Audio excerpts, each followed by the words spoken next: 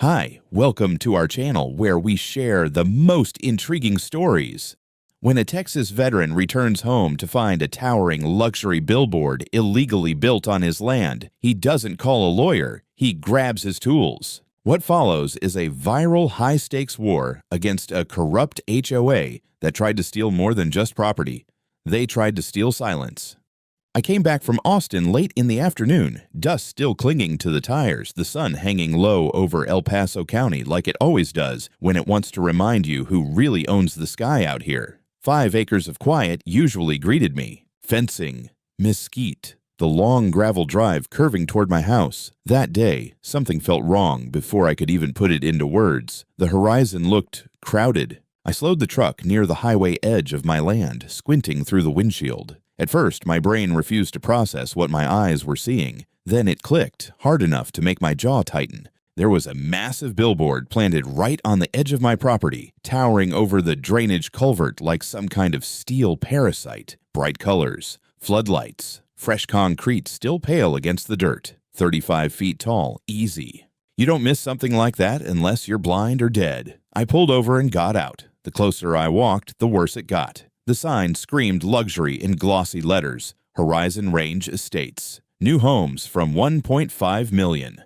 Private security, join us. It was angled perfectly toward the highway, designed to hijack every passing driver's attention, and it was sitting squarely on land that I owned, paid for, surveyed, and defended with paperwork thicker than a phone book. The ground around it was chewed up by heavy equipment, deep tire tracks, broken brush, temporary plastic fencing with the HOA logo zip-tied to it like a flag planted in enemy territory. The concrete base had been poured directly over part of the water runoff system I had permitted years ago. Anyone with half a brain and a permit would know that was a serious problem.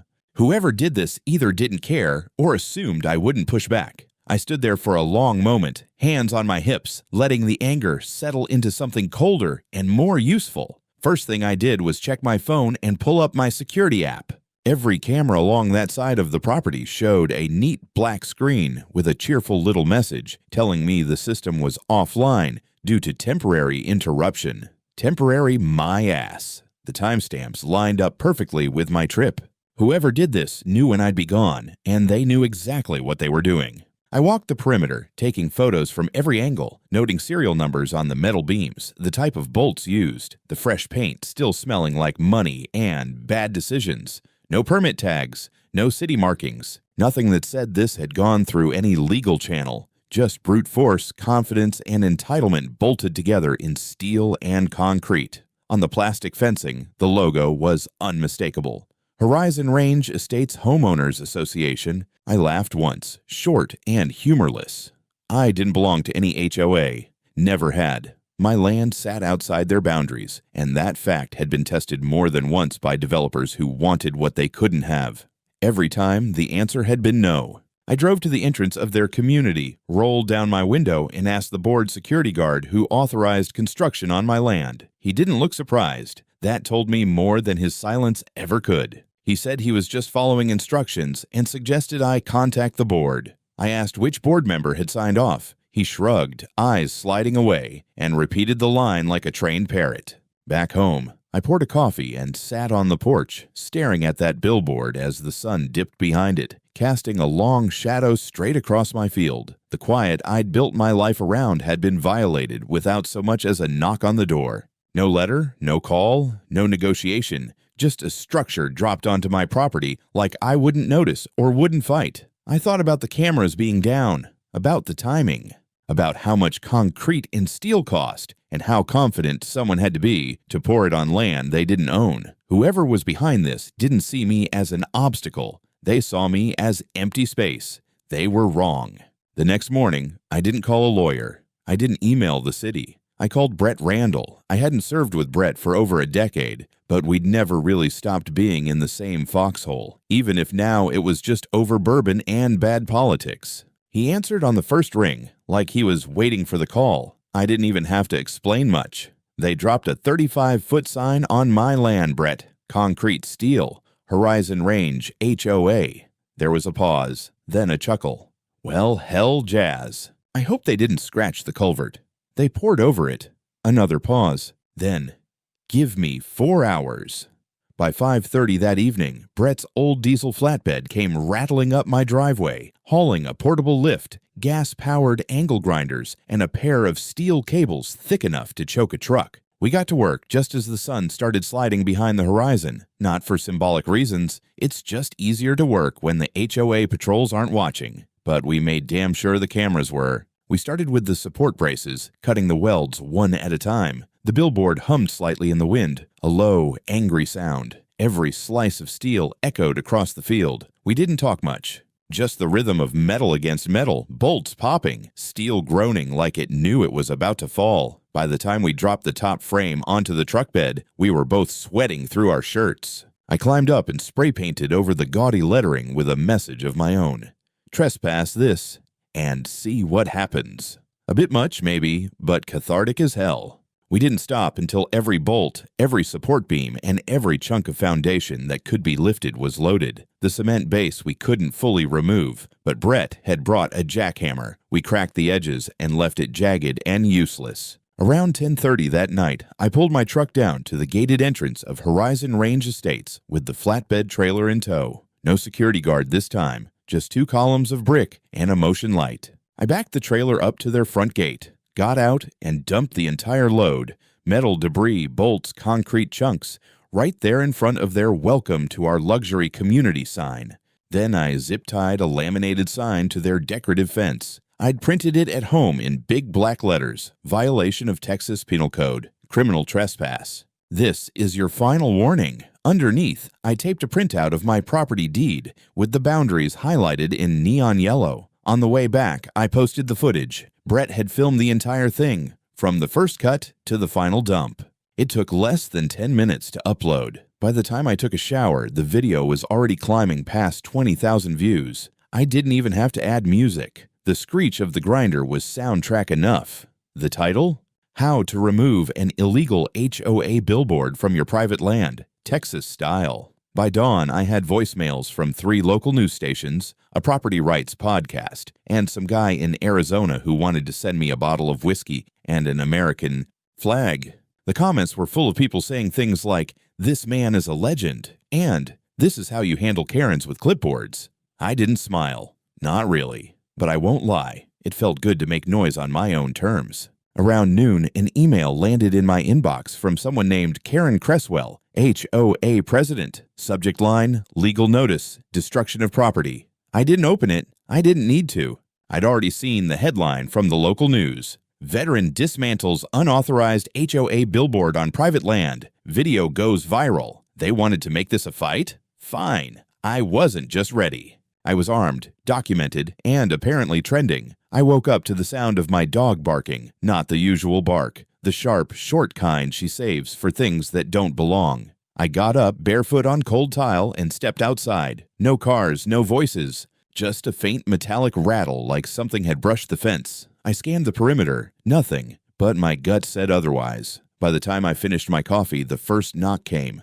A courier in a cheap suit handed me a stiff envelope marked "Official Legal Notice. Immediate action required." I didn't even need to open it to guess who sent it. I opened it anyway. Inside, 3 pages of lawyer speak from Horizon Range Estates HOA, signed by none other than Karen Cresswell. They were suing me in the El Paso County District Court for destruction of community property, intentional infliction of reputational harm, and interference with residential infrastructure. The numbers were laughable if they weren't so. Insulting. They wanted $150,000 in damages for the billboard, another $25,000 for restoration of public trust, and a permanent injunction to prevent me from disrupting future community development adjacent to Horizon Range. I read it twice, then laughed out loud. Not because it was funny. It wasn't. It was pure theater, power play, threat posture, classic HOA. But that wasn't all. That same evening, I found a note folded and tucked under the windshield wiper of my truck. No envelope, just black marker, sharp and jagged. "We know where you sleep. Watch your cameras."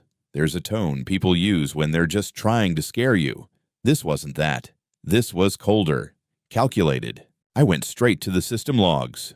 Sure enough, the eastern line of cameras had gone dark again the night before. This time, not from inside. Someone had physically cut the line along the back fence.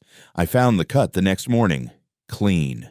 Professional, same spot the billboard crew had parked their rig. The next blow came 48 hours later. My dog, Delta, started vomiting late at night. I rushed her to the vet, and they told me she had ingested a toxic compound, likely rat poison mixed into meat. The vet found fragments of raw chicken and what looked like blue-green crystals. Someone had thrown it over my fence. It was personal now. I filed a police report, and the vet took a toxicology sample. Delta survived, but barely. I stopped sleeping. The next day, I pulled out the backup equipment from my old company's inventory. If they wanted to escalate, I would oblige. I installed motion-triggered cameras with autonomous power supply, dug in thermal sensors at both entrance paths, and deployed a series of decoy booby traps. Non-lethal, legal, but scary enough to make trespassers rethink their life choices. Flashbang simulators, pressurized air poppers, and a tripwire that set off floodlights and sent an alert to my phone. I also installed hidden microphones in the trees along the shared property line. I wasn't just defending the land anymore. I was documenting every inch of it. I met with my new attorney 2 days later, Aisha Delgado, ex-JAG, now working federal land cases. She went through the HOA's lawsuit with a smirk and then a snort. No jurisdiction, no standing, no legal leg to stand on. I liked her already. We filed a response within 24 hours, denying every claim and demanding a full dismissal with prejudice. But Aisha wasn't just playing defense. She started digging. Permits, ownership records, anything to tie Horizon Range to criminal activity. Meanwhile, my phone kept lighting up. Unknown numbers blocked calls, voicemails with breathing and silence. One of them just whispered, "You think you're untouchable." That was when I told Aisha we were past cease and desist territory. This was coordinated harassment, maybe worse. We installed a mobile server to back up all footage, including license plate captures, and she connected me to a private digital investigator who started tracking patterns from the IP addresses connected to the HOA's public posts. Then one morning, I opened my mailbox and found a fake flyer, glossy, professionally printed, a photo of my face, probably pulled from the viral video, with the headline, "Radical Militant Threatens Family Neighborhood, Community in Fear." It was stuffed in every mailbox on my road. Whoever was behind this didn't just want me sued. They wanted me broken, isolated, intimidated. I stood at the edge of my driveway that morning, looking down the road at a dozen homes, wondering how many believed what they'd read. My land was under siege, and the war had officially started. By the end of the week, my property felt more like a forward operating base than a home. Surveillance poles with pan-tilt-zoom lenses bordered the perimeter. The tripwires had been upgraded with RFID pingbacks. Even the mailbox had a discreet GoPro bolted inside it, streaming to a local drive in my basement. Anyone who so much as breathed near my land was now part of the record. I wasn't paranoid. I was methodical, because they had made it clear this wasn't just about a billboard. It was about breaking me. Aisha, my attorney, showed up in person the following Monday, legal pads in one hand, tablet in the other, black coffee in both. She wasn't smiling. "They faked the permit," she said as soon as I opened the door. "The one they filed with the county building office? Total fabrication. I compared it line by line with official forms." She handed me her tablet. I looked at the PDF, a permit request supposedly signed by a Lawrence Jacobson county inspector. There was just one problem. Lawrence Jacobson had died in 2017. Public record, obituary still online. They attached a digital signature of a man who's been dead for over 5 years. She said, "That's not just sloppy. That's felony-level fraud." It got worse. The contractor listed on the permit, a company called Sun West Display Solutions, was a ghost. No license, no registration, no physical office, just a disconnected number and a mailbox drop in Las Cruces. Aisha's P. I ran a scan through LexisNexis and found one payment made to the company through an HOA corporate credit account. That account was managed by none other than Karen Cresswell. We were finally connecting names to crimes. Brett and I reviewed the drone footage from the night the billboard went up.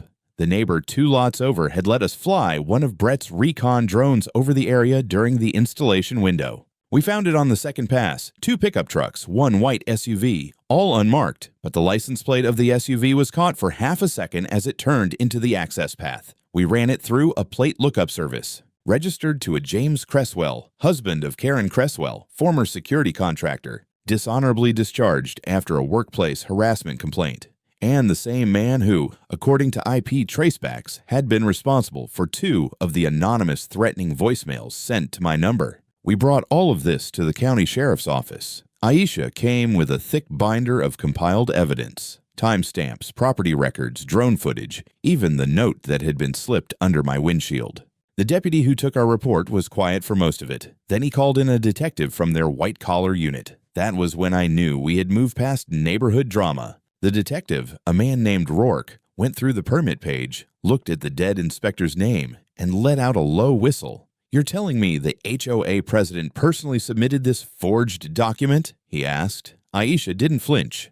"We're telling you she signed the check, sent the trucks, and her husband dropped the first bucket of concrete. Everything else is supporting evidence." Rourke nodded slowly and said 5 words that flipped the entire momentum. "I'm looping in the DA. Back at home, I doubled the storage capacity of the server. Brett upgraded the drone with night vision. Aisha drafted a countersuit, not just for trespassing, but for property damage, attempted poisoning of a domestic animal, cyberstalking, and civil conspiracy. Then came the icing on the cake. We received an anonymous tip through an encrypted email. Someone claiming to be a concerned HOA member sent us a cache of internal emails between Karen and the board. In one chain, dated 2 weeks before the billboard appeared, Karen wrote, "We can't get him to sell, so we're going around him. He's got no one on that land. If it goes up while he's gone, by the time he's back, it'll be too late. Once the sign's there, the optics are ours." In another, she bragged that the cameras are a joke. I had James test the blind spots last year. Brett nearly broke the table when he read that. I didn't. I just sat there, staring at the screen. Because now it wasn't just property. It wasn't even just sabotage. It was premeditated. The attack came on a Wednesday night, sometime after 2 a.m., when even the coyotes had gone silent. I was awake, not because I couldn't sleep, but because I didn't try anymore. I was on the porch, boots up on the rail, sipping coffee that had long gone cold, when I caught the faintest flicker of movement near the utility shed on the east side of the property. At first, I thought it was one of the motion lights catching a jackrabbit. Then the flames rose. I dropped the mug and sprinted. The shed was burning, not fully engulfed yet, but fast. The flames were dancing along the sidewall like they knew they didn't have long. My security feed caught it all. Thermal cams, night vision, time-stamped in full 4K glory. Someone had poured gasoline at the base of the shed and lit it with a fuse. They didn't know about the fire suppressant system Brett helped me install last month. CO2 foam injectors rigged into the corners of the shed. It activated within seconds of the fire peaking. The flames hissed, then collapsed in on themselves. But I'd seen enough combat to know what this was. This wasn't vandalism. This was escalation. By the time the sheriff's unit arrived, I already had the footage downloaded to a USB drive and a copy uploading to cloud storage. The fire was out. The air still stank of fuel and melted plastic. The responding deputy looked around, muttered, "Jesus," and immediately called in the detective unit. I showed them the video. A masked figure, hoodie and gloves, approaching from the tree line. No hesitation. Methodical. They moved like someone who had done this before. Then came the part that made my skin crawl. When the arsonist turned to run, the camera at the southeast gate caught a partial plate on the getaway van. Black Dodge Ram ProMaster, back panel dented on the driver's side. Aisha ran it through a private search, using a law enforcement contact she trusted. It had been rented 2 days earlier in Las Cruces, New Mexico. Rented under a corporate account belonging to Valence Protective Services. The company? Formerly owned by James Cresswell. I drove straight to the sheriff's office the next morning. This was no longer civil harassment or trespassing. This was an organized attack with deadly potential. They called in the feds. Within 72 hours, an agent from the El Paso field office of the FBI showed up at my door. Young guy, clean suit, zero expression. "Mr. Cole, I'm Agent Valdez. I understand you've had some trouble." I handed him a binder, everything we'd compiled so far. He flipped through it slowly, pausing at the drone photos, the falsified permit, the email from the so-called concerned HOA member. When he got to the fire footage, he stopped, looked up and said, "This isn't just HOA overreach. This is conspiracy and attempted arson with federal implications. You're dealing with something coordinated." That evening, my land turned into a crime scene. FBI agents in plainclothes walked the perimeter, flagged evidence markers near the ignition point, and collected samples of the fuel residue. Brett handed over the drone with the thermal recordings. We gave them login access to our server and backups.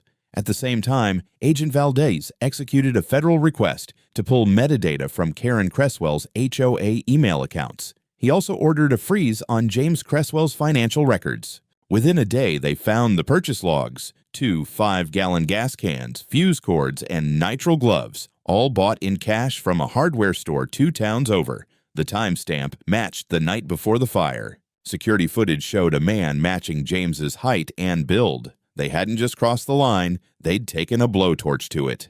Then came another twist. Agent Valdez brought in phone ping data. At the exact time of the fire, James's phone had been turned off, but a burner phone registered to a fake name had pinged off a tower less than 1 mile from my house. The same burner had sent 3 anonymous texts the week prior to my number. All signs pointed in the same direction. Karen Cresswell hadn't just violated property law, she had weaponized her resources, legal, social, and now physical, to try and force me into submission. Aisha began reworking our countersuit into a coordinated civil and criminal action. Arson, conspiracy to commit bodily harm, cyberstalking, harassment, and misuse of HOA funds. We requested a court order to freeze the HOA's financial accounts before they could shift money into private holdings, but the Cresswells weren't done yet. 2 nights later, someone threw a rock through the rear window of my truck. No note this time, just the sound of glass and a taillight blinking in the dark. I stayed awake with the shotgun on my lap and my boots on. My phone kept buzzing. Comments, messages, news alerts. The story had gone national. Veteran targeted by rogue HOA. FBI investigating El Paso billboard war. They had tried fire. Now they were going to feel heat of their own. The day of the first hearing arrived under a sky so clean it felt disrespectful. I wore a suit I hadn't touched in years. Military cut still sharp, pressed shirt tucked like I was heading into inspection. Aisha looked like wore in heels. Brett showed up in a dark blue button-down, sleeves rolled like he was fixing to carry a body out of a trench. None of us smiled. El Paso County Courthouse stood like a sandstone fortress downtown, flanked by palm trees and pigeons who didn't give a damn about justice. Inside, the courtroom smelled like sweat, old wood, and bad lies. Karen Cresswell sat at the petitioner's table in a beige pantsuit, too stiff for Texas heat, flanked by a pair of suits who looked like they charged by the comma. Her husband James wasn't present. The FBI had made sure of that. Judge Alvarez, sharp-eyed and stone-voiced, took her seat and scanned the room like a sniper. Let's begin. Karen's lawyers opened with theatrics, talking about community vision, long-term infrastructure plans, and how my aggressive dismantling of the billboard caused irreparable harm to Horizon Range's public image. Aisha stood and responded like a woman unbothered by noise. "Your Honor," she said, voice steady, "my client resides on land that is not under Horizon Range jurisdiction. The billboard was erected without permit, without consent, and using forged documentation by a person who is currently under federal investigation for arson and harassment." You could hear a pin drop or a soul deflate. Judge Alvarez leaned forward. "Do you have evidence of forgery?" Aisha slid a folder across the bench. Inside, the fake permit, the dead inspector's identity, the metadata logs, payment receipts, and a sworn affidavit from the drone pilot confirming the date and time of installation. Karen's expression didn't flinch, but her knuckles turned white on the table. And what about these threats and the alleged fire? That's when Aisha really went to work. She presented the video footage from the arson attempt, played it for the court, showed the burner phone's metadata, the gas can purchases, the link to Valence Protective Services, the financial record trail that ended with James Cresswell. The judge stopped the playback and looked over her glasses at Karen. "Are you aware that your husband is under federal investigation?" Karen's lawyer objected. Judge Alvarez overruled it immediately. "We are now dealing with a federal criminal investigation," she said. "And if this court finds any link between this HOA's leadership and criminal activity, the petition for damages will not only be dismissed, but this association may face sanctions under state and federal law." That was the beginning of the end. The following week, subpoenas were issued to multiple Horizon Range board members. One of them flipped. He provided internal emails confirming that not only was Karen aware of the billboard's placement, she orchestrated it. She approved funds, over $12,000, paid in cash withdrawals and disguised under vague budget entries like community enhancements. More dominoes fell. A former HOA treasurer came forward under threat of subpoena, admitting that Karen had diverted reserve funds to pay the unlicensed contractor. That same contractor, when contacted by federal agents, lawyered up and cut a deal, implicating both Cresswell's and 2 other board members in multiple violations of state building codes, false representation, and property trespass. The court scheduled a formal hearing to determine damages. We came in with a countersuit that could fill a library shelf. On the day of the hearing, Karen tried one last move, an emergency motion to delay the proceedings, claiming mental distress due to online harassment and media exposure. The judge denied it. "I have reviewed over 200 pages of evidence," Judge Alvarez said. "What you and your organization did was not only unlawful, it was calculated and malicious. Mr.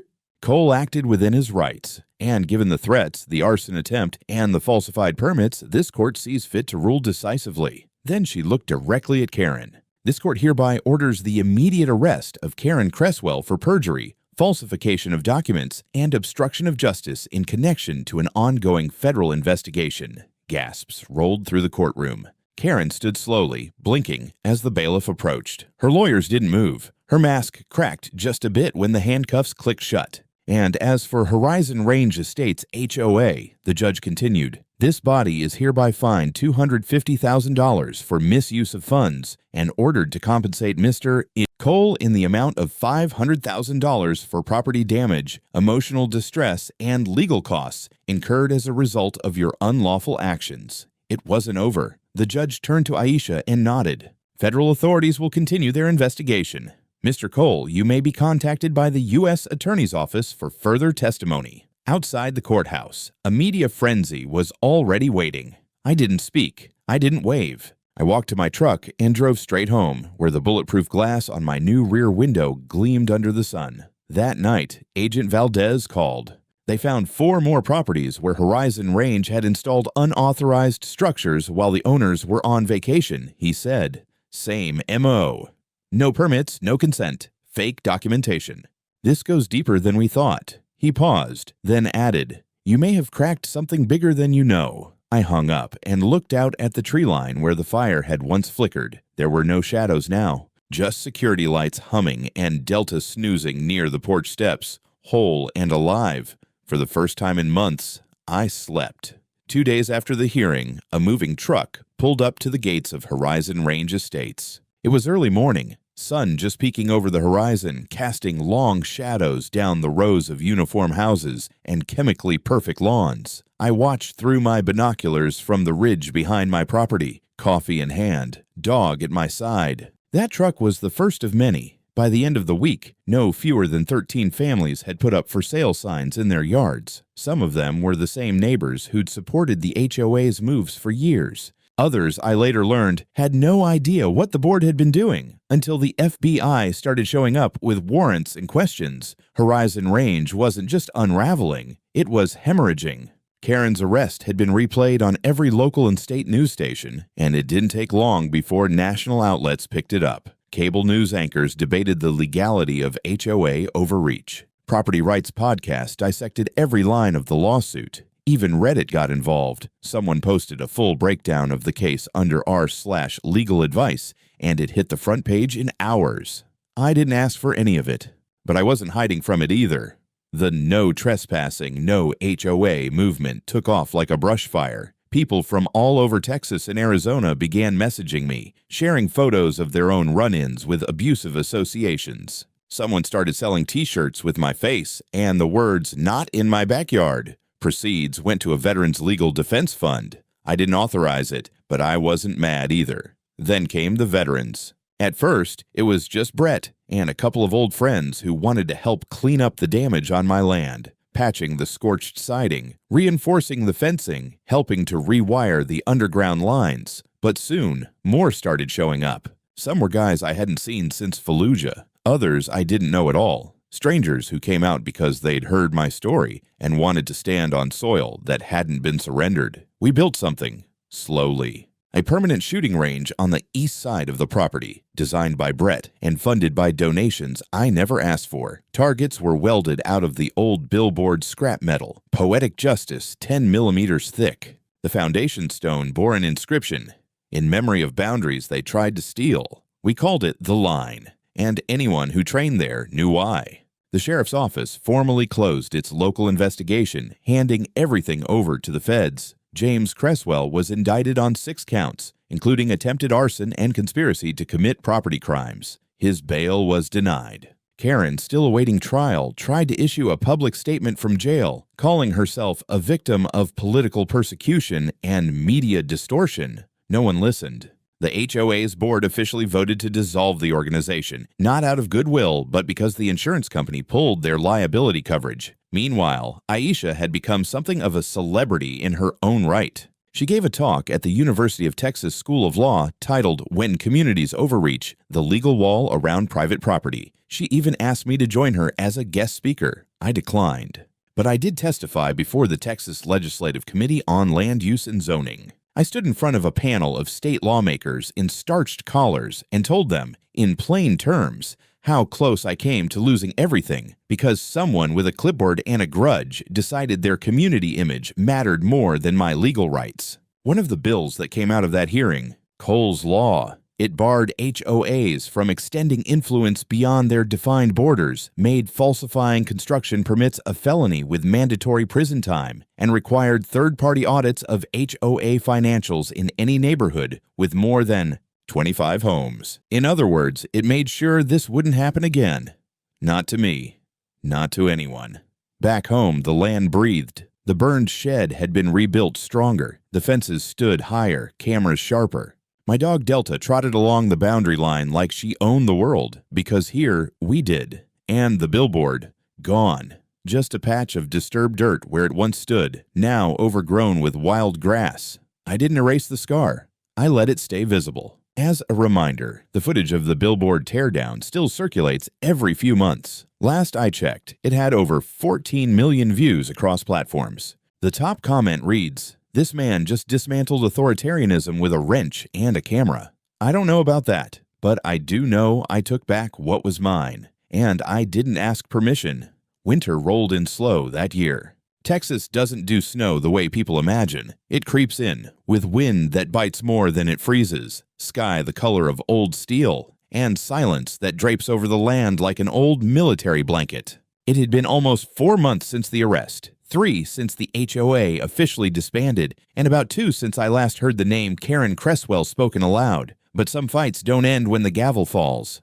They fade into the background until something stirs them up again. I got a call one morning from Agent Valdez. His voice was calm, clipped, the way it always was, but I could tell something had shifted. "We finished combing through the rest of the Cresswell files," he said. "There's more." More turned out to be a string of communications between Karen and a development firm out of Houston, Marantha Growth Partners, a company known for flipping rural properties into luxury tracts. The emails suggested Horizon Range had been quietly working with Marantha to encourage transition of surrounding parcels, meaning forced sales, quiet pressure, weaponized code enforcement. My parcel was only step 1.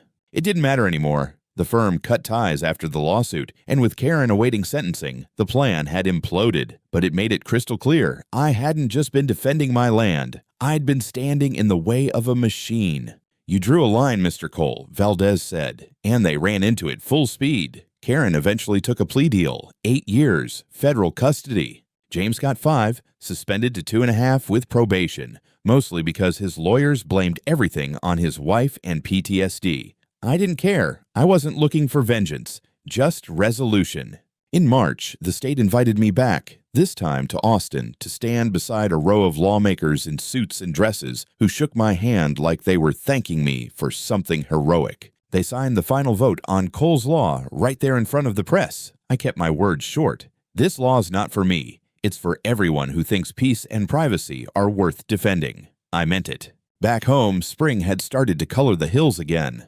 The range was busy. We ran community training days now, not just for veterans, but for local ranchers, off-grid families, even a few college kids who wanted to learn firearm safety without judgment. Brett handled most of it. He was better at people than he liked to admit. I found my rhythm again. I rebuilt the east fence from reclaimed cedar, upgraded the generator system, planted a few native pines along the perimeter that'd take years to grow. But I liked the idea that something would outlast me. One afternoon, a man showed up at my gate, mid-50s, hands calloused, nerves shot. He introduced himself as Alan Prendergast, owner of a 5-acre plot outside of Midland. "Saw your story," he said. "Thought I was crazy for what they tried to pull on me." We talked for 2 hours. I gave him a thumb drive full of documents, the legal roadmap Aisha and I had built, forms, contact templates, even camera recommendations. He left lighter than when he came, and he wasn't the last. By summer, I'd helped 6 other landowners fight back against bad faith HOAs or shady developers. I didn't ask for money. I didn't form a business. But people kept showing up. Men and women who were tired of being told their land didn't belong to them unless it fit someone else's plan. I kept a wall in the workshop, a pegboard covered in photos, notes, and letters from folks I'd helped. I labeled it "The Line Continued" because that's what it was. One night, Delta barked again, the same sharp bark from that night long ago. I stepped out, flashlight sweeping across the trees. Nothing there, just the wind moving through the pines, just a man on his land, free and awake. No banners, no boards, no permissions asked, and no more fences coming from the outside.